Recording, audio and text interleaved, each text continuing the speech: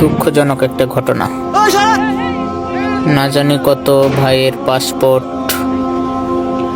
বিভিন্ন দরকারি কাগজ সবগুলো পুরো ছাই হয়ে গেল। এটা হচ্ছে রিয়াদ, জানি না ক্যাম্পের নামটা ভুলে গেছি। এটা রিয়াদ। আল্লাহ যেন সবাইকে হেফাজত করে।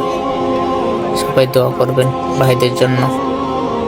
প্রবাসে যে কত কষ্ট, জানি না কখন কার মৃত্যু আসে। এভাবে আল্লাহর রহমতে সবাই হেফাজতে আছে, কেউ কারো ক্ষয়ক্ষতি হয়নি এখন পর্যন্ত, কিন্তু আল্লাহর রহমতে সবাই ভালো আছে। সবাই সাবধানে থাকবা, সবাই দোয়া করবা প্রবাসীদের জন্য যেন কারো ক্ষয়ক্ষতি না হয়। আসসালামু আলাইকুম। ভালো থাকবেন সবাই, সুস্থ থাকবেন, সেফটি ভাবে চলবেন।